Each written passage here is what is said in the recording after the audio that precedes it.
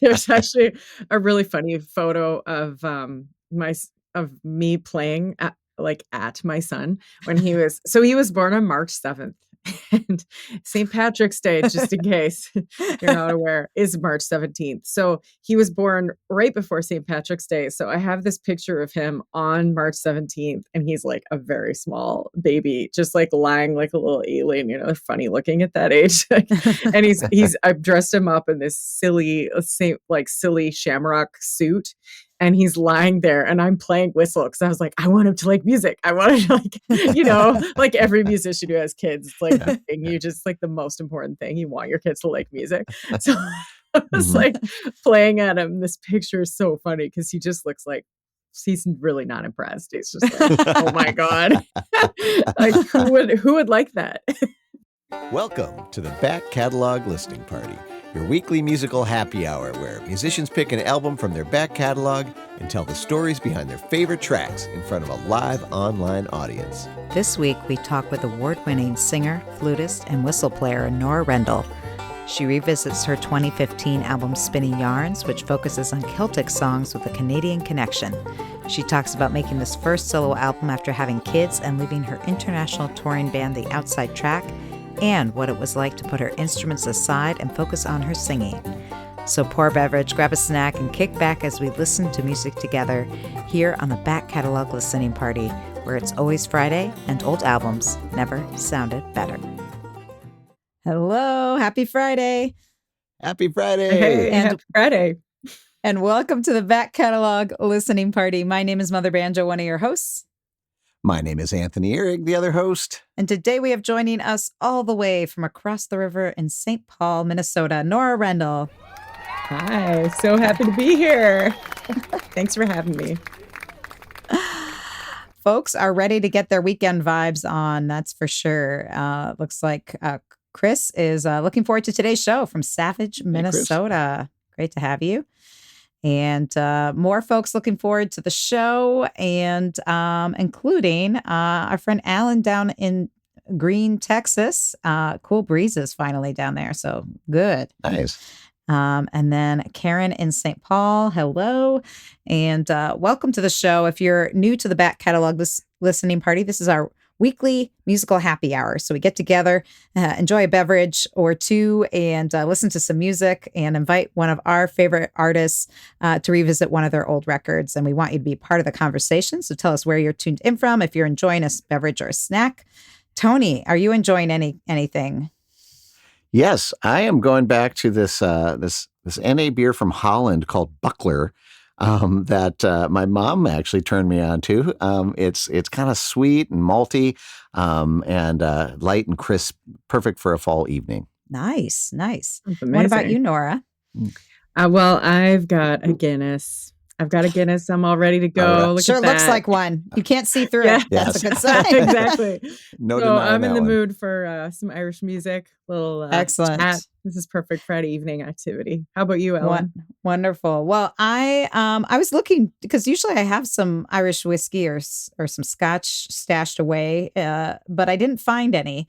But on the way to looking, I did find some bourbon. So I have some American whiskey, but still enjoying that. So sláinte to all of you out there. Yeah. So great to have you here. Looks like our friend Connie is just popped in from Richfield. Great to have you. And if you're out there listening live, and especially if you haven't been with us before, this is a conversation. So throughout the show, while we're doing the interview and listening to the music, feel free to put your questions and your comments for Norah into the real-time chat. That's right. And we are so excited to have Norah on the show. I mean, we first talked about this, probably at least a year ago, Norah, probably. Oh, yeah. It's been a while. We've been trying to make it happen. Yeah. Totally. So you're a very busy woman, and we'll talk about some of the various hats you wear. But I've been familiar with your music for quite some time, but maybe some folks out there might be less familiar. Maybe you can give us a brief 2-minute origin story about where you grew up, how you fell into making the music that you make, and maybe where this record fits into that. Yeah, for sure. So I was born in Edmonton, Alberta. But I say I'm from Vancouver, British Columbia. That's where my parents are both Vancouverites, born and bred there. And and then kind of I started off playing early music and classical music and sang in choirs. I was just a kid who was nuts for music, and then got into traditional music through Montreal. I lived in Montreal for a while, and so I got into traditional music there. And I don't know, there's kind of a long trajectory, but I ended up in Ireland studying Irish traditional music on the flute. And I don't have my flute here with me. I feel lost. But I got into traditional singing and flute playing around the same time, and I just really fell in love with these traditional songs that I sang. I had a band for quite a few years called the Outside Track, and they're still going strong. That formed its members from Cape Breton and from Scotland and Ireland and myself. And anyways, I did that for 7 years, recorded 3 albums with them, and then made my way to Minnesota through my husband, Brian Miller, who's a fabulous musician. And I think he's done a back catalog listening party. Yeah, a recent guest. Yes. Yeah. So he brought me to Minnesota, and I tried to drag him back to Vancouver, but as happens to many Minnesotans or many foreigners who marry Minnesotans, they never leave. So here I am in St. Paul. And this is an album that I recorded right after leaving the Outside Track. And I left because I was having kids and I wasn't going to be traveling much. And I love traveling and touring, but I also love being in one place. So this was my first solo, my first solo album, really. All songs. And it was, I guess it's my first album that I ever recorded that was all songs with no instrumentals. I love playing tunes and instrumentals. So, but this was the first time I tried doing all songs, and I love this album, and it's so fun to come back to it and listen to it and get reacquainted with these songs again. So thanks. Nice. Well, we're excited too. I'm curious, was there a particular, motivation to make it all songs and not to take the instrumentals out? Was there something that kind of, something you've been wanting to do, tell us a little bit about why this album came about. Yeah, well, I think I've always been attracted to the eclecticism of Celtic music, and I came to the music with the mindset, I suppose, of a classical musician, which is kind of you want to access everything you possibly can. That's kind of how I came at this music at first, and I think over time, as I became more confident and more interested in the material and the cultural aspect and the history, and made more and more friends, I suppose, in the traditional music scene, you kind of become more aware of your roots and where you come from. So what I love about this album was that the theme was to do songs that were sung in Canada and came from singers that had lived in Canada, which to me felt like a really specific theme, but in fact, it's like extremely wide theme. But all the songs are traditional as well. There's no contemporary songs on this album. And so that was kind of the theme. And I had a Kickstarter, and a bunch of my friends and fans from all the years supported this album. So it was kind of like it was a more mature album, I suppose, than my previous album I had done with Brian in, I think that was 2007. Which was like our dating album, really. This was, I love it. Yeah. So the theme was really traditional songs that had connections to Canada, but of course, the first one we're going to play has more local connections as well. Excellent. Well, let's dig into that first track. The first track that you picked to feature from this album, which by the way is called Spinning Yarns, and I think the album came out in 2015. Does that sound right? Yeah. And so the Pinery Boy is the first track that you picked to feature. Is there anything else you want to say about this song and its local connections? Local, I'm assuming you mean Minnesota. Yeah, although it's Wisconsin connections here, but I suppose there are Minnesota connections too. But this came from Franz Rickaby, he was a collector who traveled around the Midwest. He was from Harvard, but traveled around the Midwest and collected a bunch of really beautiful songs. So this one, he collected by a woman named Martha Olin, and she learned this song in 1867, and it was sung to Franz Rickaby by this woman Martha in she was born in 1851. So he heard it in 1923. So it's almost, that was over 100 years ago now. And then this version was also recorded by a really good friend of mine, Dahi Sproul, on one of his solo albums. So I love its kind of old time Americana sound. And a lot of my fans love that as well. Awesome. I know everybody listening is going to love it. This is Norah Rendell, the Pinery Boy, here on the Back Catalog Listening Party.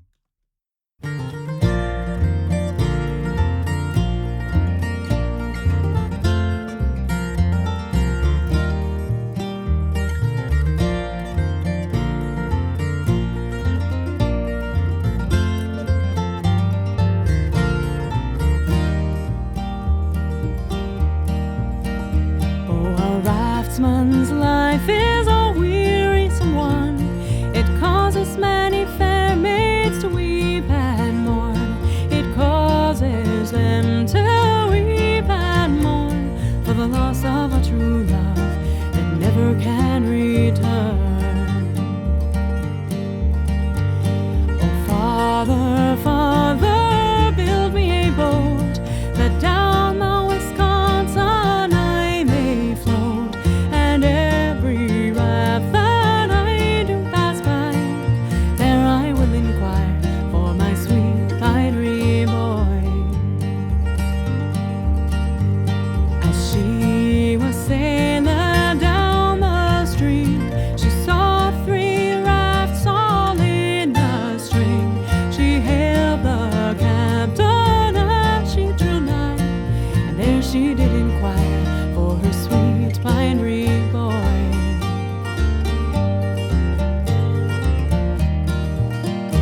Oh, Captain, Captain, tell me true, is my sweet William among your crew? Oh, tell me quick and give me joy, for none other will I have but my sweet Pinery Boy. Oh, auburn was the color of his hair, his eyes were blue and his cheeks were fair, his lips were of a ruby fine. 10,000 times they have met with mine.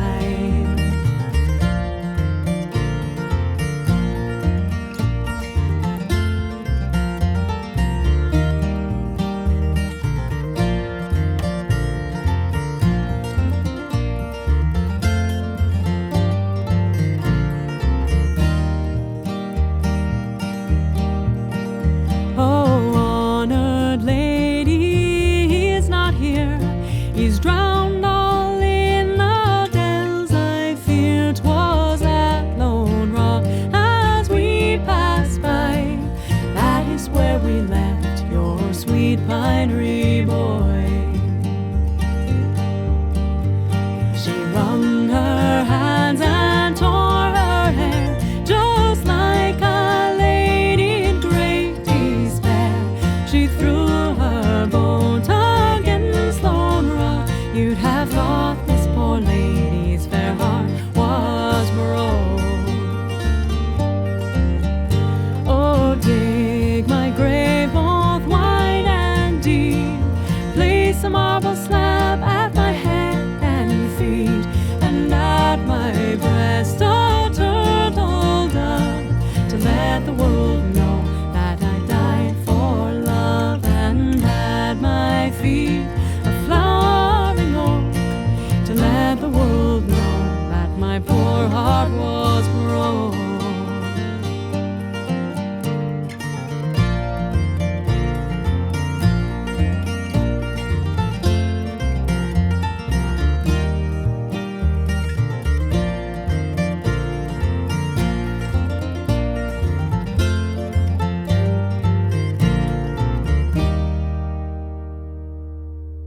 All right. Norah Rendell Nice. with the Pinery Boy from her 2015 release Spinning Yarns, which we are revisiting today with Norah joining us live. And beautiful, beautiful tune.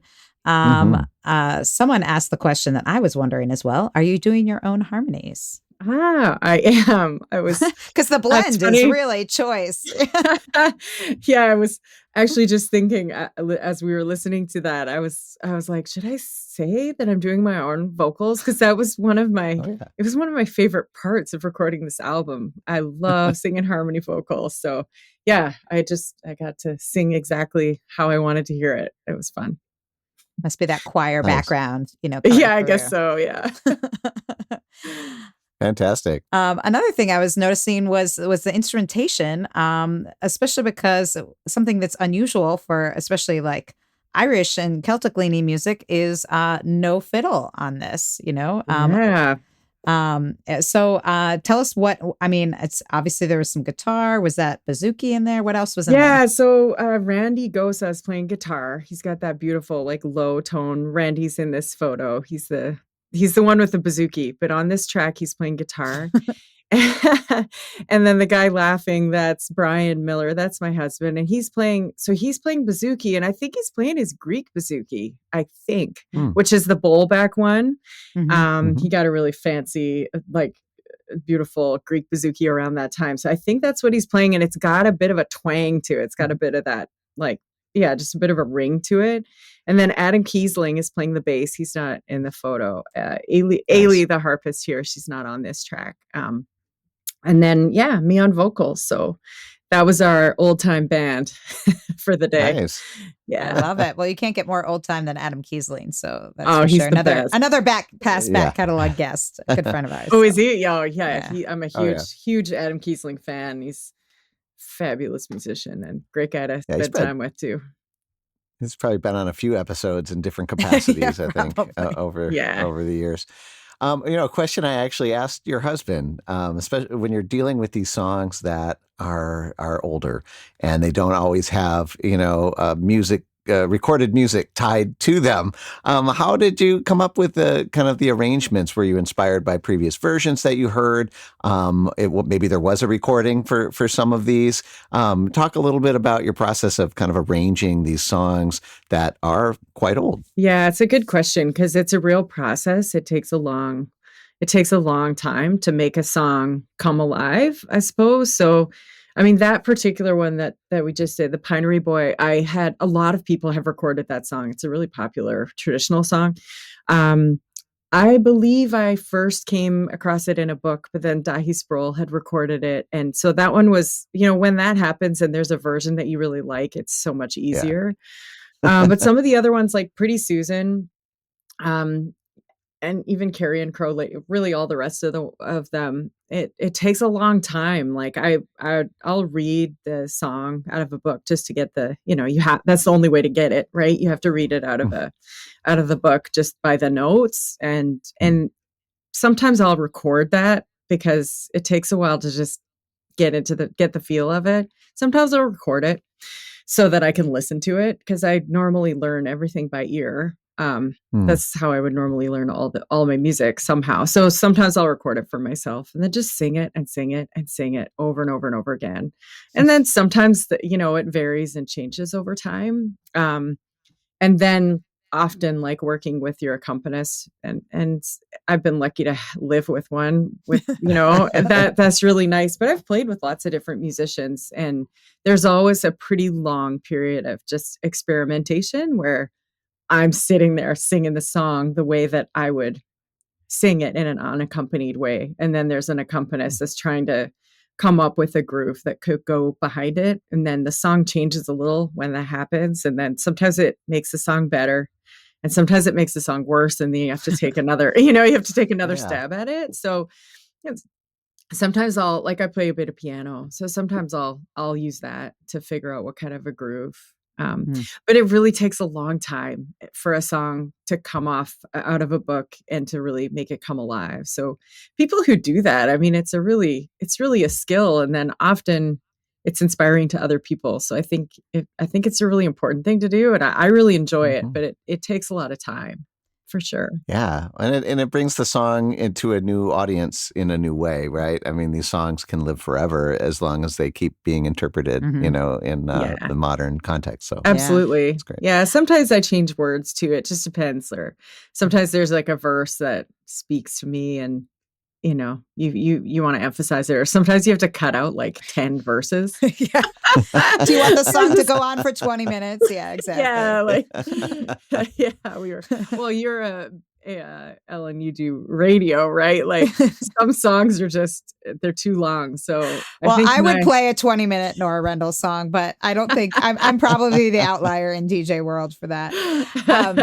I also love that you talk about like you sing it the way you want to sing it, and then you bring in the accompanist. Because I think a lot of people, when they think of tunes, they kind of think of it as the other way, especially if you're writing fresh material. They think of like writing something on an instrument, you know what I mean? So it's like coming at similar time of the process. I mean, you might flesh out the arrangement, but it's so interesting that this is more like, no, you got to nail down the actual tune, the lyrics before you can even bring in someone else. And then you're really having them mold to you versus the other way around, which I think is not how everyone thinks about creating songs. Well, a lot of the songs that I pick are Irish songs, and the melodies are really intricate. And then the original recordings, some of them do have like field recordings, and those recordings are usually an unaccompanied singer who's spent like they sang unaccompanied for their whole lives. So the song really is supposed to be unaccompanied. So yeah, it takes a while to take it out of that, like to kind of lift it out of that mold and figure out another way to treat it without ruining it, for the lack of a better way of describing it. I always try and like take some kind of element of that singing, the singing that I heard. If there's some amazing field recordings, amazing old singers, and if you start listening to a lot of them, you start to hear which ones are really incredibly good, and also which one you start being able to imagine older singers, what they might have sounded like when they were younger too. Because usually the field recordings are made when these singers were old, and they definitely weren't as good at that. You lose agility, with your voice. So, but some of them you start to figure out how they must have sounded, Cool. Well, I just want to point out that my 3 screens here said that 10 verses is good for a drinking song. So maybe you could leave some of those verses in. And, that's right. And hello to Diane watching from Lake Elmo. Welcome. Thank you for joining the party. And I also think it's interesting. Like, have there been any songs that you kind of learned from like a book or from these field recordings where you were like, you tried to put instrumentation in and you're like, nope, this is just, it's got to stay unaccompanied? For sure. Absolutely. Some, it just doesn't work, or some, the instrumentation that you're trying, it just doesn't fly. And then some of them, you'll go back to it after a couple of years and you can figure it out. These songs are about life, they're traditional songs, folk songs, and they also kind of speak to you. I'm finding as I, go through different stages of my life, different ones kind of speak to me in different ways. So sometimes it's just not the right time. Yeah. Like you don't resonate with the song yet. Yeah. Yeah. Sometimes that's what it is, I think. Yeah. That makes sense. Well, we're going to continue our travel back in time to 2015 when you released this album. I'm guessing you recorded these songs the year prior, or was this a longer period of? No, I think most of them were recorded in 2014. Yeah. At Hideaway Studios in Minneapolis, the Northeast. Yeah. We've recorded lots of albums there with Joe Mabbitt, who's just the best. He's an awesome guy. And so what do you want to know about 2014? Well, was anything else happening in your life? You were talking about being in a life stages, and I'd be curious what was happening in your life stage that might have affected this recording. Yeah. So I had a newborn. I had a son, Henry, and he was born in 2013, and I was with a band, the Outside Track, and I left the band at the very end of 2012 when I knew Henry was on his way. And so I was, I was just saying, I don't remember a lot from this time period.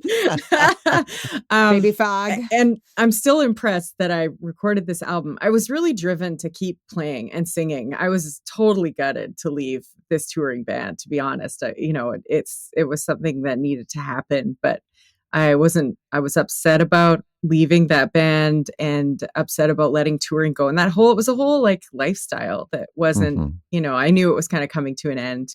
Good friends, like all over the world. We had traveled, in Europe, a lot in Canada, across the United States. And, so I was really sad about that. And that just kind of fueled I really wanted to keep playing and singing. And I wanted to make sure that, I could keep doing that. So I was smart and thought, I better do something right now, like right now. Yeah. Yeah. Do it while you can. Yeah, well, I can. So it was great. And I remember it was super challenging. Brian and I have worked together a lot. But we hadn't worked together that much by then because I had been away. I had been away a lot, and he was playing a lot with Randy Gosa. So they were super generous, and they basically lent their duo of the Lost 40 to me. And Brian's a really great. He's kind of a tireless searcher of songs. He's always looking for new songs and new material. He's very, very creative, and so he's really generous with his songs. So he had all these ideas, and that was wonderful. So I felt like they were kind of caring for me as a musician in that tough year. Nice. And we managed to get this out. And then one of my really good friends, Ailey Robertson from the Outside Track, the harpist, she came out for the recording and lent her just really astounding musicianship. She's just an incredible musician for playing on songs. Like not everybody's good at playing on songs. And she loves songs. She remembers all the words. She's really kind of engaged with the narratives. So I loved having her here. It was nice to see her. She got to meet my baby, and we got to record. And it was really, I remember it being just such a treat to be recording and working on this material. But it also felt kind of thrown together at the time. It doesn't sound thrown together. No. But I remember thinking like, okay, here we go. Like, we'll do these 3 and we'll record them tomorrow. Just real quick for folks who maybe aren't as versed in folk music and Celtic music, the distinction between songs and tunes. Songs would be sung with lyrics, tunes would be instrumentals. That was something I didn't know and would always interchange them and get grimace looks from fellow musicians. So for anybody who's out there wondering what Norah meant about the harpist being able to play on a song versus a tune, there is a different sensibility that you might take to play backup when someone's singing and to tell a story that way.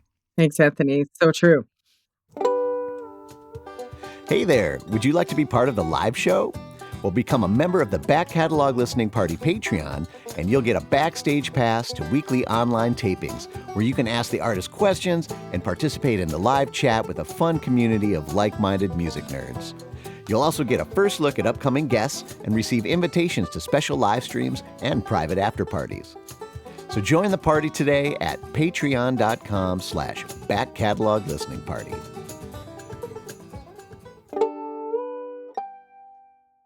Well, let's take a listen to another song here. Pretty Susan. Is there anything you want to say about this one before we take a listen? Yeah, the original version of this came from the singing of a gentleman named Angelo Dornan, and he was just an incredibly beautiful singer, very skilled, very very ornate, and really as good as the best traditional singers in Ireland. And quite a few traditional singers in Ireland have learned their material from his recording. So this is one of the songs that he sang that I just thought it was really beautiful. It's a love song. Excellent. This is Norah Rendell, Pretty Susan, here on the Back Catalog Listening Party.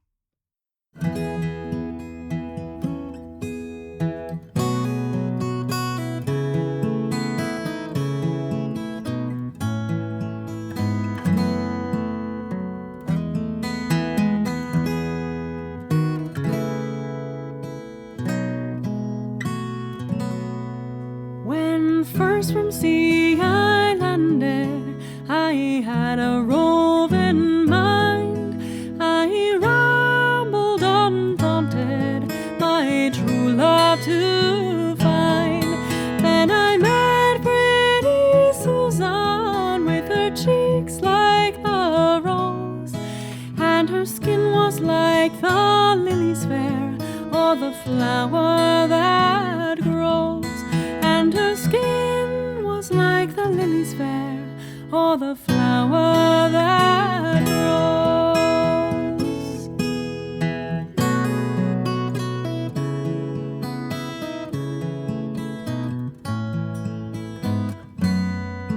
A long time I courted her, till I wasted my store.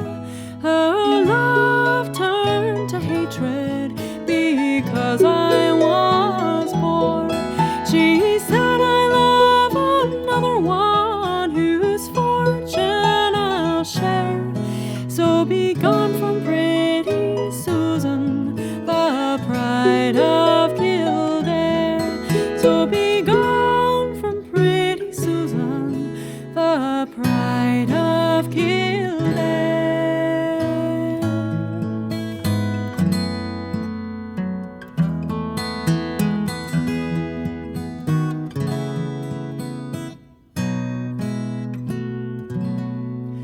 Broken-hearted next morning, as I strolled by the way, I met pretty Susan with her young man so gay. And as I passed by her with my heart full of care, I sighed for pretty Susan, the pride of Kildare. I sighed for pretty Susan, the pride of Kildare.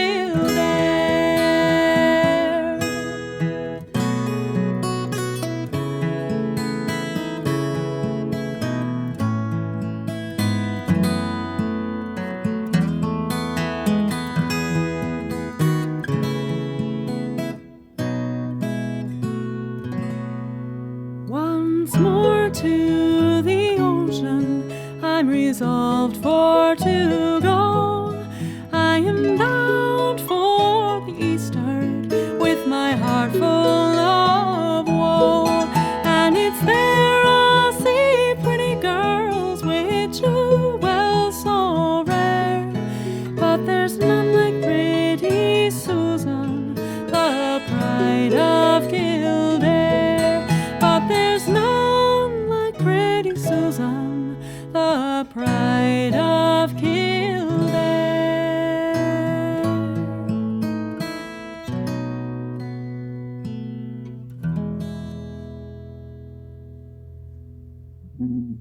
Beautiful. That was Norah Rendell with Pretty Susan that she recorded for her 2015 album Spinning Yarns. And that harp, you're right, it just comes in at just the right moment. Like it doesn't come in too soon or get too busy. It's just a nice lift. And Susan, really loving it. I'm all in on this one and just lovely. So yes, I couldn't agree more. And one thing I was thinking about is again this instrumentation, because I notice it's a lot of strings and very gentle. Like you don't have like heavy accordions or fiddles or some of the more bulky Celtic instruments happening on this. Was that a choice for these songs, or is it really just because you wanted to have this unit of people who are kind of your band for this project? I think you're muted, Norah. Thanks, Anthony. Yeah, it was, I think it was a bit of both. I love strings. I love stringed instruments, and I'm not a huge, I like quiet music as well, like kind of like chill, mellow music. And I think Irish melodies, are pretty, they're delicate, they're fairly ornate, and they do well with that type of a treatment, I think. So, I think that's part of it. And then I think because it was a solo album, it was who we had. Like the outside track stuff was a lot it wasn't loud, but there was more going on. And the types of songs that I wanted to do on this album, they were just a little more ornate, and I wanted to just let the songs kind of shine through the arrangements. Yeah. So we kept it pretty simple. But it's so beautiful hearing Yeah. these Yeah. tunes and songs. Excuse me, I meant the melodies that go along with the songs. But one thing, earlier you mentioned because we do want to, even though this album is an album that showcases your singing and sharing songs. Obviously, you do play flute and whistles. Like, Totally. obviously you can't play flute and sing at the same time. So, that kind of negates that part. But like you said earlier, like you feel naked without the instrument. When you first started performing these songs, like a set of them, as opposed to just throwing in a song in the middle of a set, was that like kind of weird for you to not have an instrument, to just be singing? Or did Yeah, that I mean, come some of pretty the naturally? tunes, I feel like the ones I picked today don't have a lot of flute on them, and none of the Mm, ones on this album, there actually isn't that much flute, but, mm. when I'm performing live, I always play tunes, like a lot of tunes in the sets, so, So like weaving them um together? yeah. Yeah, I Mhm. just I'm really an instrumentalist. I think I might have been a dancer in another life because that's the thing I love the most about the tunes, of course, is the rhythm and the drive and all that. So I always play them when I'm performing live, but I guess I just kinda left them off this album. You're making a different statement. Yeah, I was Yeah. making a different statement. Yeah, and it's kind of like a different type of material, different approach too. So I had a lot of songs I wanted to do, I suppose. And Yeah. yeah. And do you think having a young baby affected that too? I mean, because, obviously, singing is pretty easy to do when you have a baby. Flute, a Yeah, little that's awkward. You true. can't hold them, while you There's play. actually a really funny photo of of me playing at my son when he was born on March 7th.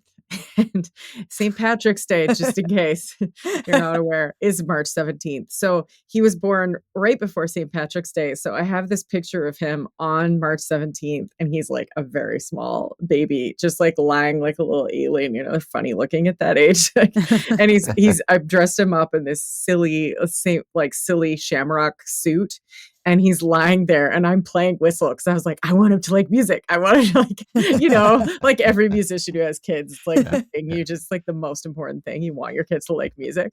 So I was Mhm. like playing at him. This picture is so funny because he just looks like he's really not impressed. He's just like, oh my God. Like who would like that? Being like propped on a couch and like somebody plays whistle right in your face. Anyway. Does he like music now? That's the Actually, question. he plays the harp now. It worked. Oh. Henry It Miller, worked. he plays the harp. Yeah. He's a beautiful harp Fantastic. player, in fact, and he plays the whistle and the flute too. He's actually a really pretty talented little musician. Excellent. Yeah, Fantastic. yeah. Wonderful. All right, parents, play that whistle right at your kid. I know, when they're- maybe it must have worked. Fantastic. Oh, I love that. And I also like the idea that maybe you were trying out some of these songs. You're talking about how you just have to sing them over and over. And I would think that, he probably went to sleep to many ballads over the years. For sure. And back to the whistle story. Like maybe I don't know if he liked it that much. He actually really didn't. He didn't like it when we played.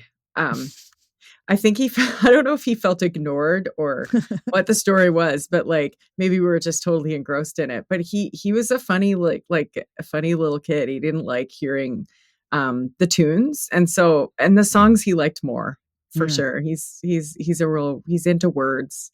People do tend to be like song people or instrumental people. I don't know if you That's true. agree. Do you think? Yeah, I think so. Yeah. I think there's a tendency to one or the other, even if you enjoy both. Yeah. I can Yeah, see that. yeah.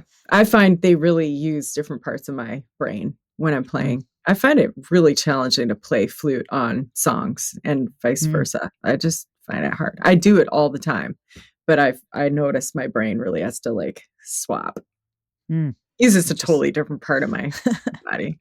Yes. I know in some cases people will take a song and kind of interweave a specific tune. Is any of that happening on this record where like you actually had not just an arrangement of some melody that's part of the song, but like actually pulled Pulled another a tune in. and wrapped it in the song? Yeah, I don't actually think I do that on this album at all. Okay. And I think that is totally related to the fact that I did that constantly with the outside track. Like that's what we did. That was our thing. And that was really what I had done for like the decade before recording this album. And I think I was a little sick of it and was ready to just sing and just like have the songs be like to sing all the songs I couldn't sing with bands. Yeah. Nice. Just like a statement. Yeah. That's great. Yeah. Well, if you're enjoying the music, as we know you all are, then good news is you can not only find this album in streaming places, you can buy a CD copy from Norah Rendell on Bandcamp. And when you do, you get all the liner notes. So if you want to know again, like the source material, who wrote the songs, who's playing on the songs, all of that, then you'll want to get the CD copy because there's a lot of great info in there that you won't get if you're just streaming it. And it's going to sound the best. So if you want to get all those lyrics, all the nuance of those stringed instruments, that's the place to get it. And this booklet here, I'm going to share here just a second here, looks pretty amazing. Is this something that, let's see if I can get that on there. Is this something that is included in the Bandcamp download as well? I believe so. No? I believe so. Oh, cool. Yeah. So there's a reason enough. You got lyrics and you got stories and Photos, wonderful, beautiful pictures. This is all the stuff that, Ellen and I have been nerding out about from the very beginning on the show. This is like what we're missing these days in the world of MP3s, the context. We're missing that, and not to mention, all the cool credits and, who's producing and all that kind of stuff. And that's what you can get if you head on over to norahrendell.bandcamp.com and pick up the high-res version or the CD copy version. You'll get all these wonderful notes. And the best thing about Bandcamp is you can always throw in a little extra. So throw in a little tip and say, I think this music is worth much more than 10 or 15 bucks. So you can throw in as much as you want. So we highly recommend that. And we're going to try and get to more songs because, the hour's going fast. So I know. I know. So the next song that you picked to feature is the Carrion Crew. Or Carrion Crow, I'm sorry, Crew. I love the idea that it's a crew of crows, but it would be a murder of crows. But what can you tell us about this tune? Yeah, so this is actually a children's song and very, very famous one actually at that. But this particular version, so I think this used to get taught at schools all across the world, anywhere Britain went, which was a lot of places. In the schools, this was one of the songs they sang. But Vancouver, so this came from the singing of Captain Charles Cates from Vancouver, and he actually was the mayor of Vancouver in 1956, around that time. And he sang this song. He was from Nova Scotia, like his family was from Nova Scotia. So he went home on a trip and sang this song for Helen Creighton, she's a famous Canadian folk song collector. And but Kate's Bay is a place where he was from a famous seafaring family in Vancouver, and because of course in Vancouver there's ocean everywhere. And anyways, Kate's Bay is a place where my aunt and uncle have a place on Kate's Bay on Bowen Island. So we have a little bit of a connection to the name of the singer who this song came from. But the story of the song is just funny, and it's about a crow irritating somebody early in the morning, something we have all experienced. And he gets up and he's so irritated at the crow that he tries to shoot the crow, and he misses the crow and gets the pig, and all hell breaks loose. Just like another day in the life. So anyways, you can hear that, and you'll hear me playing the harmonium. That's an instrument. You might be wondering, what is that organ sounding thing? And it's a harmonium. So cool. Let's give it a spin. The Carrion Crow by Norah Rendell here on the Back Catalog Listening Party.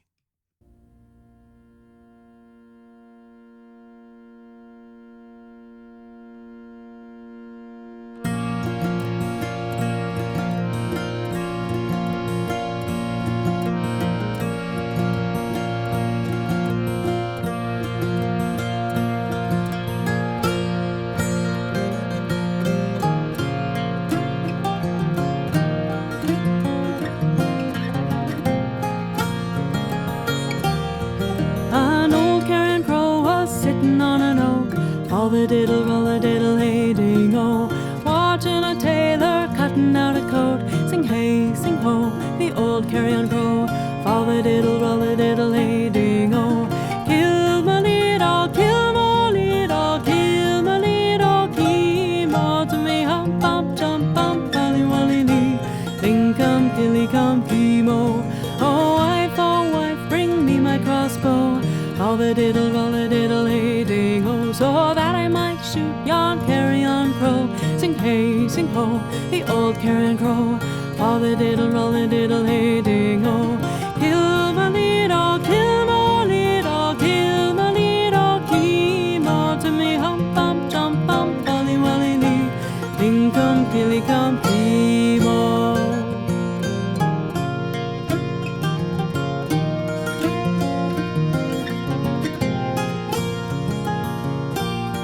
Well, the tailor shot and he missed his mark.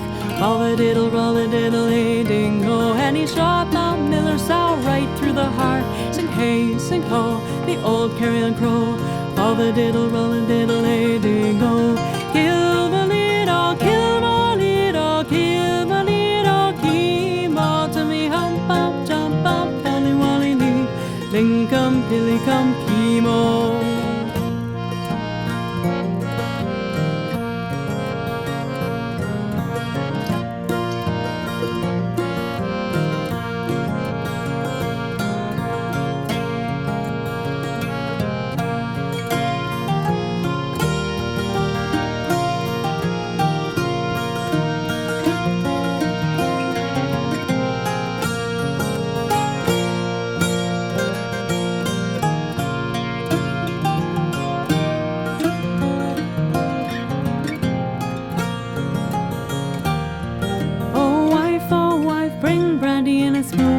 All the diddle, roll a diddle, hey ding oh. For the miller's old sow is in a swoon. Sing hey, sing ho, the old Carrion Crow.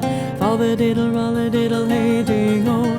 Kill my little, kill my little, kill my little chemo. To me hump, bump, jump, bump, wally, wally, lee.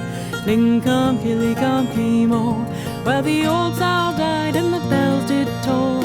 All the diddle, roll a diddle, hey ding oh. And the little pigs they all prayed for soul. Sing hey, sing ho, the old Carrion Crow. All the diddle, roll a diddle, hey ding oh. Kill my little, kill my little, kill my little chemo. To me hump, bump, jump, bump, wally, wally, lee. Ding come, killy come, chemo. Kill my little, kill my little, kill my little chemo. To me hump, bump, bump, bump, wally, wally, lee. Ding come, killy come, chemo.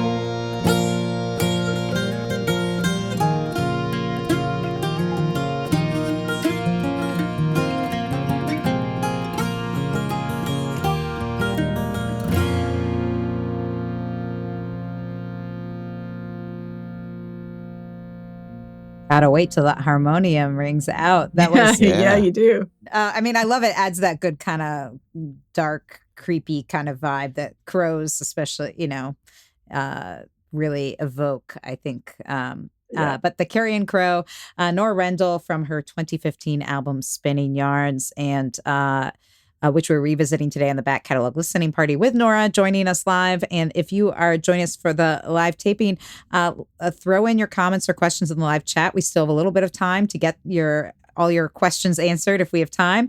And we have one that came in that wanted to know about the album title, and really curious where that came from.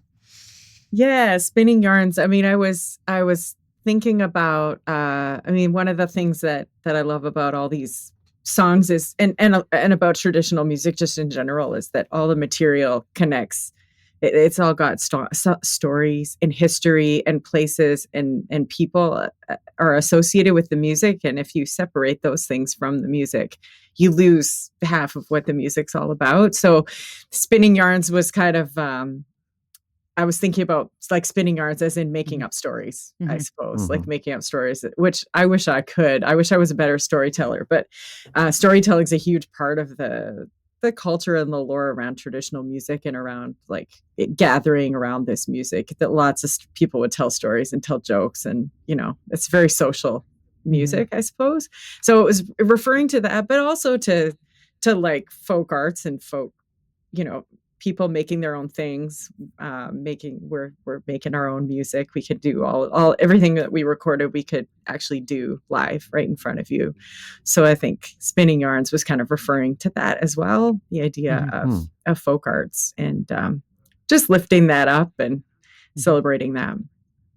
So I should ask, are you a knitter? Do you do anything with fabric, with arts? I used to quilt when I was younger. Cool. I don't, but my daughter is a very avid finger weaver. Oh, very cool. Very cool. Yeah. Awesome. No, I revere people. I'm impressed by people who can knit and felt and do all sorts of things. Yeah. Well, speaking of other types of creation, though, do you write your own, songs? Are you spinning your own yarn from time to time? I write my own tunes. So I actually love writing tunes. I've written a few songs and none that I'm willing to share with anyone. Maybe someday. Someday it's just going to come right out of me. But no, I'm more of a music melody person than I am a wordsmith, I would say. All right. Excellent. Well, you never know. We'll have you, and if that changes, we'll have you back on the back catalog listening party. Yeah. I might just not be like mature and old enough yet. It might get that old field recording voice. Yeah. I love that.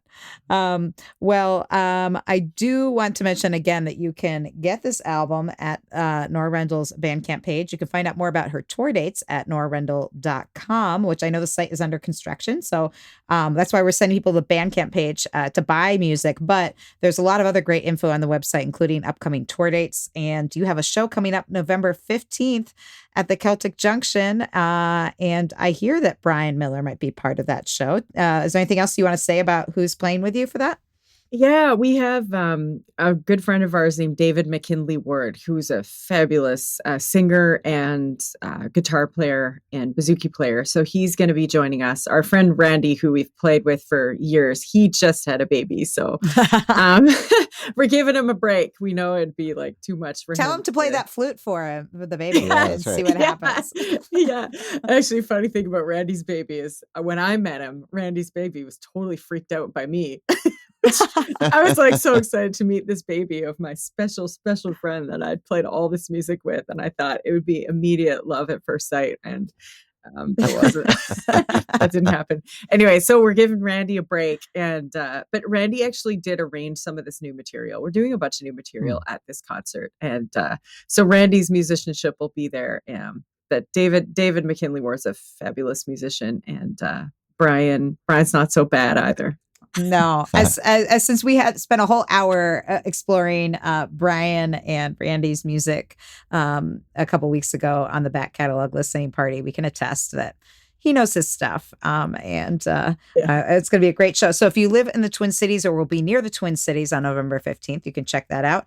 And Celtic Junction is a special place, not only because it's a beautiful venue run by beautiful people, but also it houses several other things in the building, including the library that Brian Miller runs, the Irish Library, but also the Center for Irish Music. And I know that that's kind of your baby. Do you want to talk a little bit about that?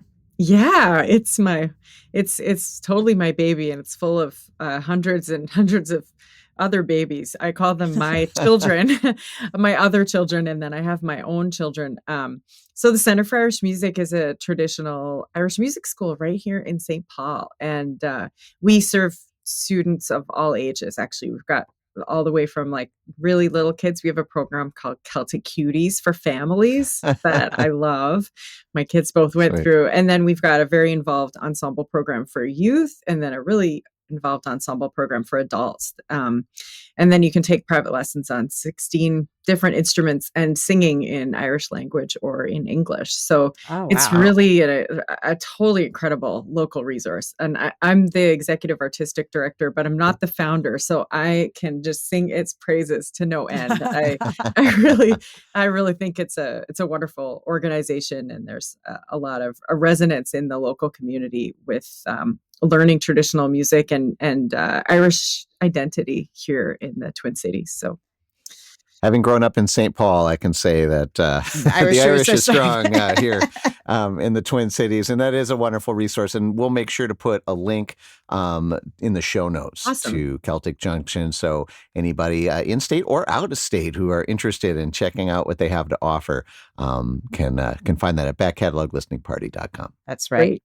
And I want to take this opportunity to thank all the folks who support this show by becoming a part of our Patreon. We started this show in 2020, and actually when we came on to when Norah came on for right before we went live, she was like, "Oh, this reminds me of 2020."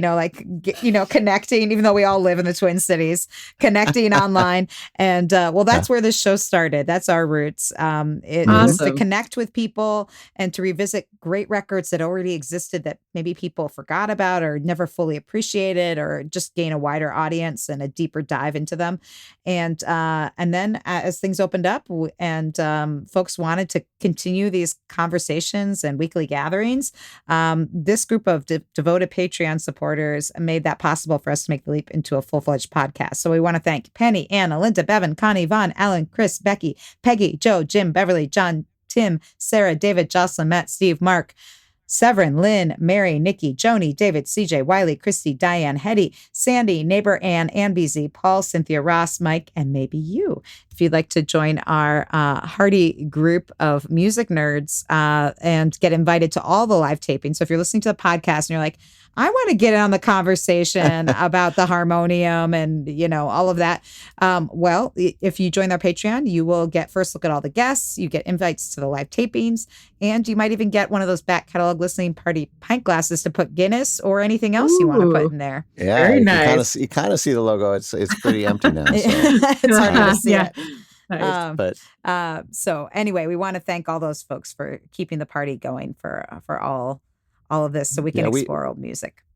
We sure appreciate it. It's a important hour for Ellen and I personally. We always talk about it, but it's such a joy to just remember how much diversity in music, how many different artists from all walks of life are out there putting their blood, sweat, and tears into these records, and digging them out from the basement or from the old shelf. We're so focused on what's new and shiny that I think there's just a wealth of wonderful music and art that needs to be re-celebrated often. Mm-hmm. And because you all are supporting this endeavor, we're able to do that, and it's just something that I take a lot of pride in because I think it's really important, and we appreciate folks like you, Norah, for spending the time with us as well, and sharing your art with us. Oh, yeah. Absolutely! It's really, really fun. I've really enjoyed this. Thanks so much. The Back Catalog Listening Party is brought to you by EFS Publicity. Founded by veteran publicist, promoter, DJ, and musician Ellen Stanley, EFS brings an artist's perspective to the table, working to help clients get to the next level in their career. Services include national and international media campaigns, radio promotions, tour press, crowdfunding, grant writing, and more. Get a quote or set up a consultation today at efspublicity.com. Well, we can fit one more tune in, so we're going to do that. Letty Lee is the last tune we're going to feature, or last song. I keep saying tune, but this is, again, we've made it very clear. Songs, not tunes on today's show. This song is Letty Lee from your album Spinning Yarns. Is there anything you want to say about this song or where it came from? Oh, this is another Angelo Dornan song, and it actually does have some whistle. This was just like a little ditty that I wrote that went along with the song that I play on the whistle. But it's a love song, an Irish love song with a happy ending, which is notable, Rare. Yeah. remarkable. Oh, wow. Yeah. I know what he ended up in the river. No, or anything. no, they like get together at the end, and like they actually like one another, and nobody does anything horrible. What? What a great way to end the show. Perfect. Thanks, Nora. Yeah. We're leaving on a high note. Feel good tune here. This is Norah Rendell, Letty Lee here on the back catalog listening party.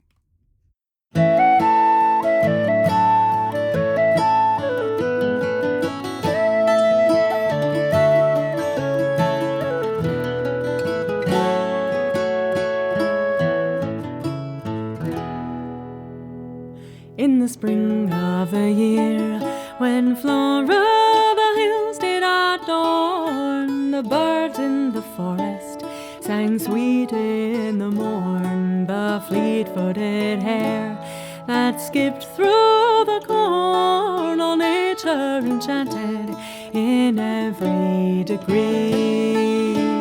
As she sat by a bush so warm and cozy, falling blue vines, and likewise a primrosy, said I to myself, you're inclined for a posy to bring to your lover, whoe'er he may be. Oh, said I, pretty fair maid, the fairest of lasses, pray when did you leave that sweet place called Parnassus? Had I but the wealth of the rich ruling classes, I'd lavish the bulk of my fortune on thee. Well, she said, my young man, to me you're a stranger. You may be a saint, but you may be a ranger. I don't wish to expose myself to any danger, and the name I go under is young Letty Lee. Oh, said I, pretty fair maid, such talk you must smother. If I am a stranger, then you are another. I pray you give over from such simple bother. Consent to our marriage, that's plenty for me.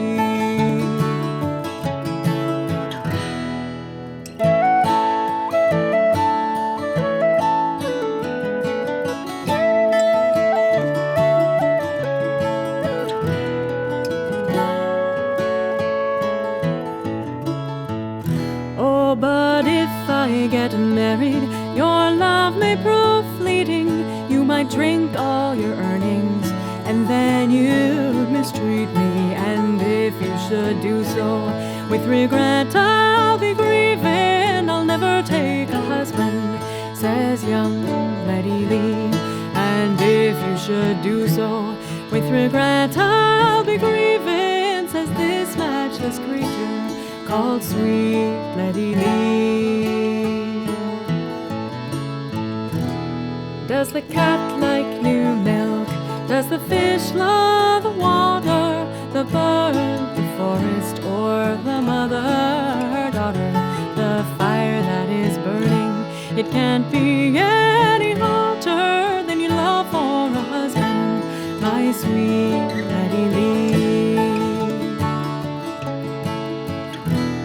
Oh, she says, my young man, with your manners so pleasing, you capture my heart while you baffle my reason. So here is my hand, and I think it no treason to marry a young lad so well learned as thee.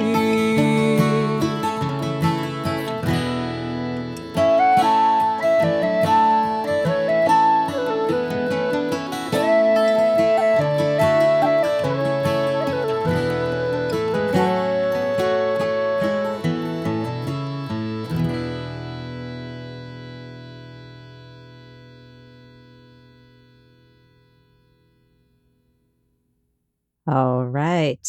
That was Nice. Norah Rendell with Letty Lee from her 2015 album Spinning Yarns. And that was so beautiful and so lovely to hear Mhm. you said that was whistle on that? Yeah. Excellent. Yeah, we finally got to hear some of your Yeah. famous whistling. I love it. Yeah. Really, really nice. And Connie Yeah. chiming in to say, what lovely music. Thanks for another great show. And yeah, what lovely songs. Ah. And I don't know, that's the therapy that I need. And yeah, the comments are flying in. Thanks, Nora, for sharing your songs and stories. BCLP crew, thanks. A thumbs up. Linda, great show. Many thanks for these songs. Beautiful, so enjoyed. Such beautiful music. Thank you for sharing. Yes. Awesome. Thank So you for great. being here, Yes. Nora, and spending the hour with Yeah. us. And Absolutely. so much Absolute fun to hear pleasure. these songs, and also to hear kind of your first artistic statement after leaving your band. And I think that's one of the other things I love about this show is we don't just revisit great music; we get to like revisit periods in people's lives that are formative, and Yeah. that's special. I think. Yeah, for sure. And joy for another evening. Yes, thank you for that comment. And we want to thank all of you for joining us, whether you are joining us for the live taping or you're listening to the podcast version of the show, no matter how you've tuned us in. Thanks for joining the party. If you like what you hear, like it on whatever platform that you are enjoying it on.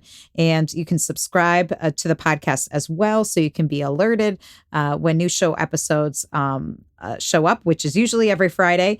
So you can find new episodes and conversations with some of our favorite artists revisiting old records. But mainly just thanks for being here and joining us. Yeah. So supporting independent artists like Norah. Nora, thanks again for hanging out with us. Oh, This yeah. was so much fun. Thanks for inviting me. It's been great. Great. And hopefully we'll see you at the Celtic Junction or some other place in the near future.